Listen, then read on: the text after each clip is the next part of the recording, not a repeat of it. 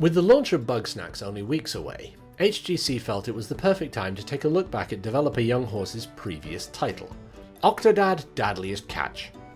Released back in 2014 on just about every platform imaginable, this silly physics puzzler chronicles the day in the life of a typical father who hides a deep secret. The challenges faced in Octodad seem fairly simple at first. As Octo, you must get changed into a fancy suit for your wedding, pluck weeds out of the garden to please your wife, navigate through a supermarket to find the last box of your son's favourite cereal, that sort of thing. The twist, however, is in the utterly bizarre way in which the protagonist moves.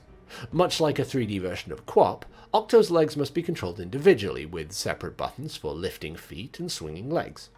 Grabbing things with his hands is similarly finicky, because it's basically a great waving motion that is just as likely to launch a key across a room as it is to just insert it into the door you're standing next to. This strange movement system is a vehicle for both big laughs and moments of great frustration.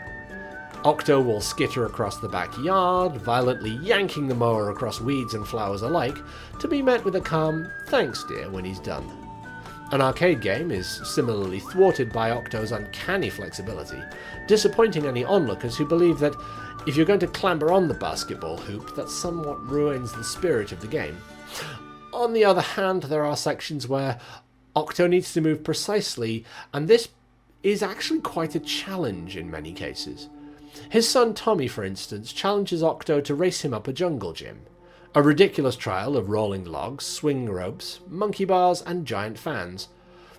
Trying to fumble through that one section alone took almost as long as the entire section preceding it. Similarly frustrating is a flashback sequence on a wet boat where Octo's already poor sense of balance is worsened by terrible weather. In addition to the challenge of performing everyday tasks, the presence of a suspicion meter keeps Octo on his toes. If you behave too strangely in front of other human beings, the meter will fill up, and if you commit too many social faux pas, Octo fails the level. This actually presents a really interesting interpretation of social anxiety, as this meter counts up whenever people watch you. The protagonist is, by design, a little bit awkward, he mumbles his words, he hates the feeling of being watched, and this constant pressure to perform is very tiring and serves perfectly to illustrate the challenges that he faces while moving through the world. The flailing, flopping, futile motion system of Octodad is a love-it-or-hate-it affair. In addition to single player, the game can be controlled in co-op, with each player taking control of one side of Octo's body. This mode makes movement in some sections much easier, such as when trying to climb ladders, and a little bit harder in some cases where you're trying to do things like just run in a straight line. Playing with a friend, however, does make this easier, since the coordination is fun, and also if mistakes are made, it's really quite easy to blame it on the other person. While the unusual controls are well implemented and fun to use, I have to admit I'm a little bit perplexed as to why they exist in the first place. The typical way of doing things for movement-based puzzlers is you have an in-story reason for why the movement is required, why the controls are required. A good example of this being Getting Over It with Bennett Foddy, where the character is stuck in a cauldron and therefore cannot use their legs. The protagonist on Octodad, however, doesn't appear to have anything unusual about him. He's just a regular guy. I mean, he might have some kind of inner ear infection, which might explain the wobbliness, but that's never stated. He's also incredibly flexible. And while that might be explained by the fact that his wife mentions that he used to be quite the dancer, the idea of someone who is that enthusiastic about dance being shy, it's a bit of a weird one. The opening credits do imply that Octo is hiding some kind of terrible secret, but they never really go into this in any particular depth. There's like a crazy chef who is some kind of jock chef who calls him a puss all the time. Some kind of octopus. But, like, that doesn't really make much sense because, like, he's just a regular person who goes shopping and doesn't want to visit the aquarium and eats sushi instinctively and doesn't want to be seen by marine biologists because I just...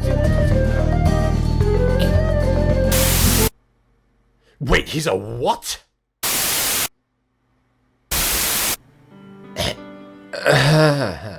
Okay, so as we clearly knew from the very beginning, Octodad Dadliest Catch is the day in the life of an octopus pretending to be a human being.